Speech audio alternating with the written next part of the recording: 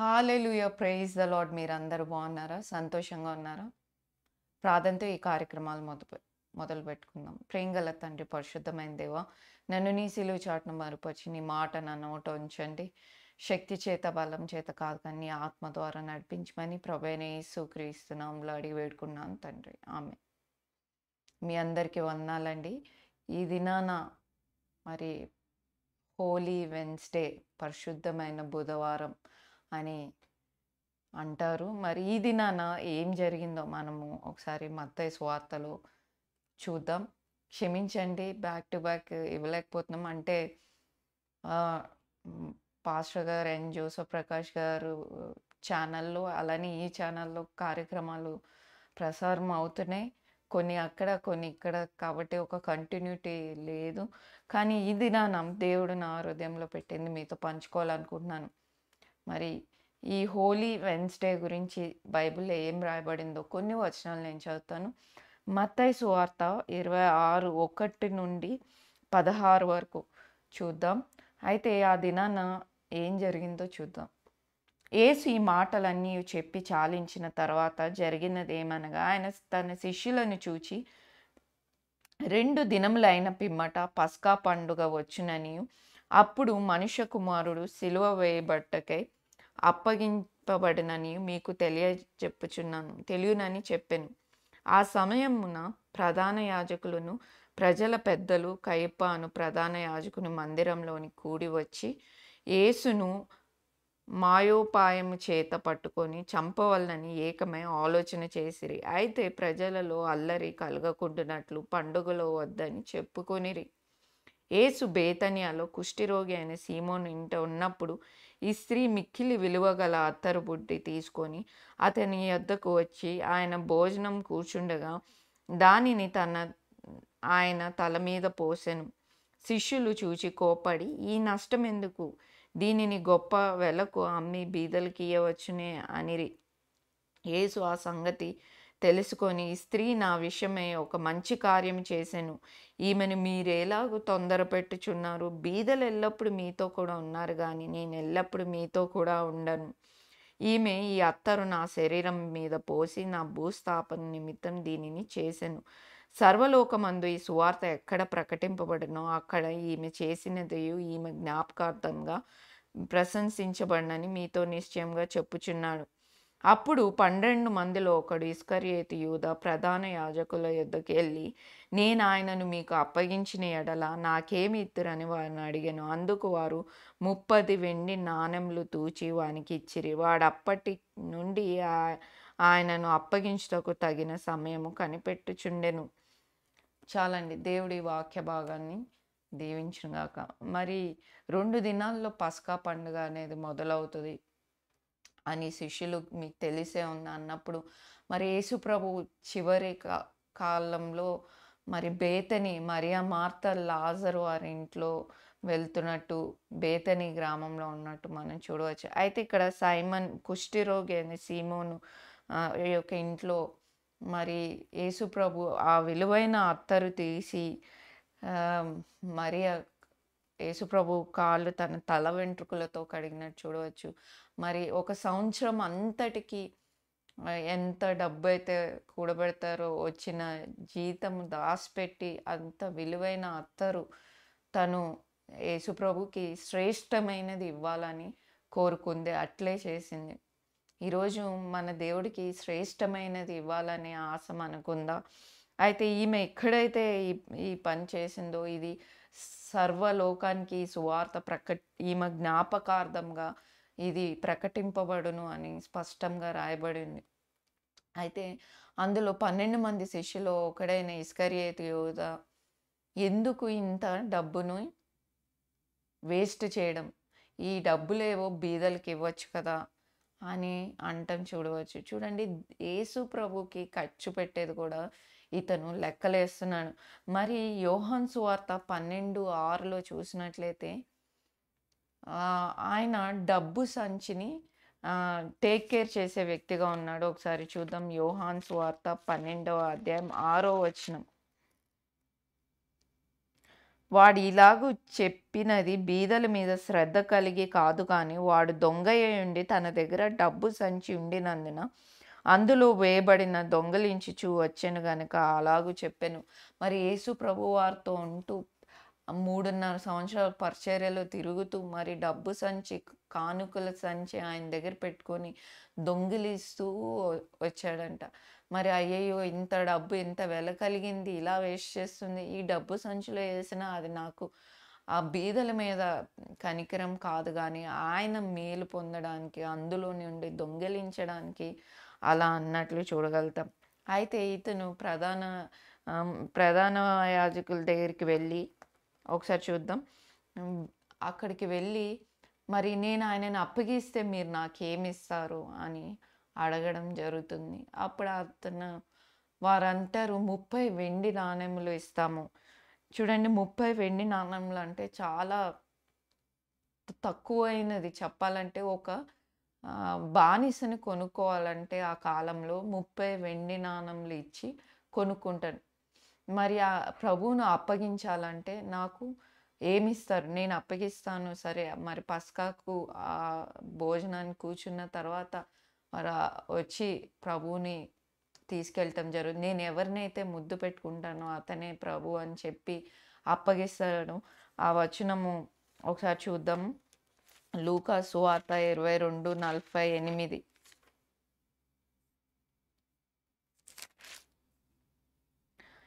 ఆయన ఇంకను మాట్లాడుచుండగా ఇదిగో జనులు గుంపుగా వచ్చిరి. 12 మందిలో యూదా అనబడిన వాడు వారికంటే ముందుగా నడిచి యేసును ముద్దు పెట్టుకొనుటకు ఆయన యొద్దకు రాగా, యేసు, యూదా నీవు ముద్దు పెట్టుకొని మనుష్య కుమారుని అప్పగించుచున్నావని వానితో అనగా, ఆయన చుట్టూ ఉన్నవారు జరబో దాన్ని గూర్చి ప్రభువా కత్తితో నరుకుదుమా.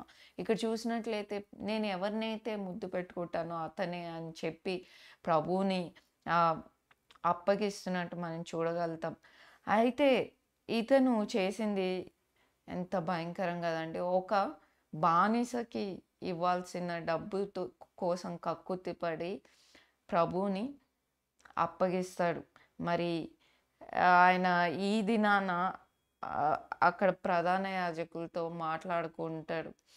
అయితే ఒకసారి మార్కు సువార్త 14:10 చూద్దాం.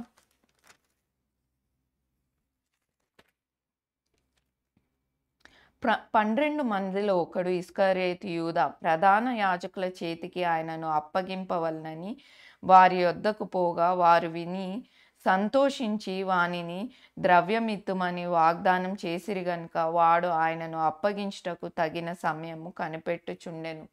మరి తగిన సమయం కొరకు ఆయన కనిపెడుతూ ఉన్నాడు. అలానే లూకా సువార్త 22:3 చూసినట్లయితే ఒకసారి చూద్దామండి. లూకా సువార్త 22:3. అంతటా 12 మంది శిష్యుల సంఖ్యలో చేరిన ఇస్కరియోతు అనబడిన యూదాలో సాతాను ప్రవేశించెను గనుక వాడు వెళ్ళి ఆయనను వారికెలాగో అప్పగించవచ్చునో దాని గూర్చి ప్రధాన యాజకులతోనూ అధిపతులతోనూ మాట్లాడెను. అందుకు వారు సంతోషించి వారికి ద్రవ్యమిచ్చి సమ్మతించిరి. వాడు అందుకు ఒప్పుకొని జనసమూహం లేనప్పుడు ఆయనను వారికి అప్పగించుటకు తగిన సమయం వెతుకుచుండెను. మరి ఈ యొక్క పరిశుద్ధమైన బుధవారం రోజున యూదా ఆ ప్రధాన యాజకుల అధికారులతో మరి నేను ఈయనను అప్పగించాలంటే మీరు నాకేమిస్తారు అని మాట్లాడుకున్నదిగా మనం చూడవచ్చు. నిజంగా ఇక్కడ చూసినట్లయితే సాతాను అతనిలో ప్రవేశించెను అని లూకా సువార్త 22:3-6లో రాయబడి ఉంది. నిజంగా ఇటువంటి వ్యక్తి పుట్టకుండా ఉంటే మేలు అని ప్రభు అంటాడు. ఆ వచనం ఎక్కడుంటదంటే మత్తయి సువార్త 26:24లో ఉంటది. ఒకసారి చదువుకుందాం. 26:24 మనుష్య కుమారుని గూర్చి వ్రాయబడిన ప్రకారం ఆయన పోవుచున్నాడు గాని ఎవని చేత మనుష్యకు అప్పగించబడుతున్న ఆ మనుష్యునికి శ్రమ. ఆ మనుష్యుడు పుట్టియుండని ఎడల వానికి మేలని చెప్పెను. మరి ఇటువంటి వారు పుట్టకుండా ఉంటే మేలు అని రాయబడి ఉంది. అంతేకాదు మరి యోహాను సువార్త 13:27లో సాతాను అతనిలో ప్రవేశించెను అని రాయబడి ఉంది. తర్వాత యేసు ప్రభు వారు కూర్చుండి శిష్యులు ఎవరు గొప్ప, ఎవరు గొప్ప అని వారు కొట్లాట పెట్టుకుంటున్నప్పుడు ఏమైంది అంటే ఒక ఉపమాన రీతిగా ప్రభువారు ఎవరు మొదటివారుగా ఉండాలో వారు ఎటువంటి ఏమంటే దాస్యపు మనసు కలిగి మీరు పని చేయాలి. ఒక నాయకుడిగా ఉండాలనుకున్న వారు దాస్యపు మనస్సు కలిగి చేయాలని మరి శిష్యుల పాదాలు కడిగినట్టు చూడవచ్చు. ఈ ఇస్కరియోతు యూదా అప్పుడున్నాడు. ఆ 12 మంది యేసుప్రభు కాళ్ళు కడిగినప్పుడు ఇతను ఉన్నాడు. యేసుప్రభువు చేత కాళ్ళు కడిగించుకున్నాడు. మరి ఆహ్, మరి దేహమంతా ఒకసారి ఆ వచనం చదువుకుంటే బావుంటదండి. యోహాను సువార్త 13:10.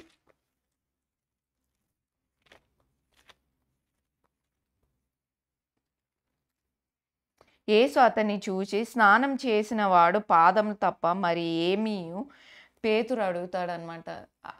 ప్రభువా మా కాళ్ళు మటుకే కాదు ప్రభా మా శరీరం అంతయు మీరు శుద్ధీకరించండి అంటే, స్నానం చేసిన వారు కాళ్ళు కడుక్కుంటే సరిపోతది అని చెప్తాడు. పాదములు తప్ప మరి ఏమీ కడుక్కొనక్కర్లేదు.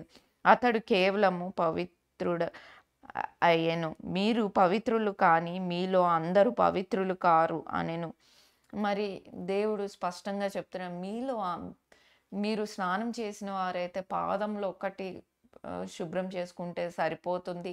కానీ మీలో అందరూ పవిత్రులు కారని చెప్పాను. ఇంత జరిగిన యేసుప్రభు కాళ్ళు కడిగిన మరి అప్పుడైనా ఆయన ఒప్పుకోవాల్సింది.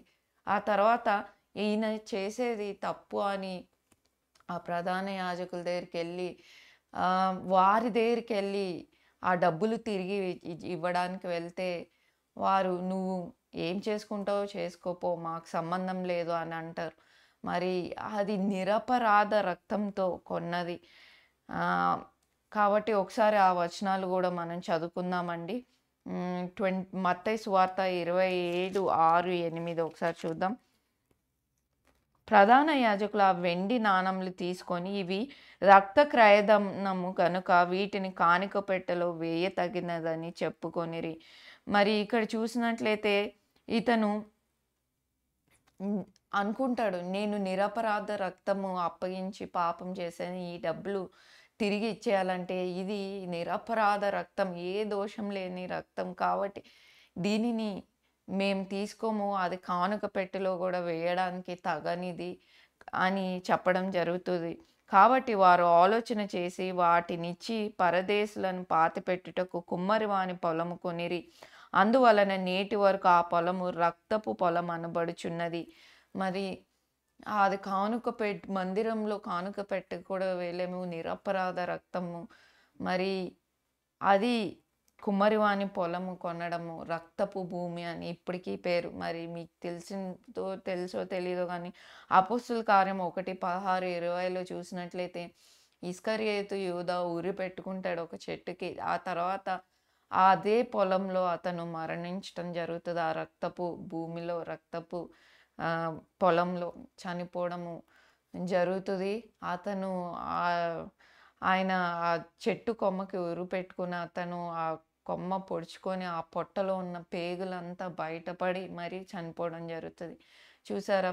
నిజంగా ఆయన ఇక్కడ ఒక మాట అంటాడు. మత్తయి సువార్త 27:3 చూసినట్లయితే అప్పుడు ఆయన అప్పగించి యూదా ఆయనకు శిక్ష విధింపబడగా చూచి పశ్చాత్తాపపడి మరి యేసుప్రభు ఆయన అప్పగించిన తర్వాత ఆయన పశ్చాత్తాపపడి ఇది 30 వెండానములకి నేను అప్పగించేసానే ఇవి వారికి తిరిగి చెల్లిచ్చేద్దాం అని అంటాడు. నిజంగా అతను యేసుప్రభు కాళ్ళు కడిగినప్పుడే పశ్చాత్తాపపడి ఉంటే బతికుండేవాడేమో. లేపోతే ఈ ప్రధానుల దగ్గరికి వెళ్ళకుండా దేవుని దగ్గరికే వెళ్ళుంటే ఆయన ఏదైనా క్షమాపణ అనేది దొరికేదేమో. కానీ ఇంత భయంకరమైన చూడండి ధనాపేక్ష సమస్త కీడుకు మూలమని చెప్పవచ్చు. ఒక 30 వెండి నాణాల కోసం కక్కుర్తిపడి అతను దేవుణ్ణి అప్పగించాడు. ఆ ప్రధాన యాజకులతో మాట్లాడుకున్న రోజు ఈ దినం. కాబట్టి ఊరికే ఎవరు వీటికి లోబడరండి.